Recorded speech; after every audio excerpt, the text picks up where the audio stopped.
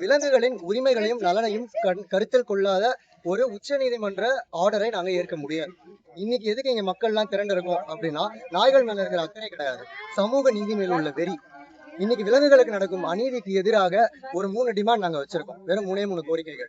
இன்னைக்கு கொடுக்கப்பட்ட supreme court order stay வாங்கணும்.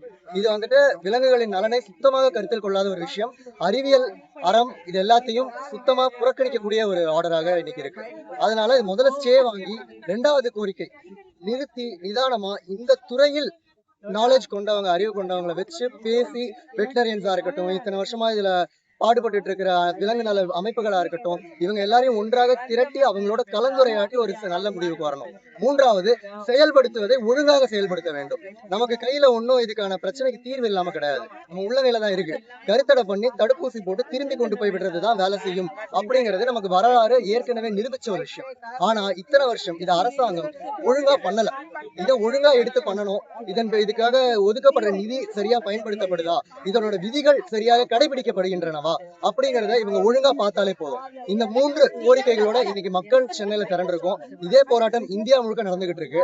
விலங்குகளுக்கு நீதி கிடைக்கும் வரை நாங்களும் போராடுவோம்.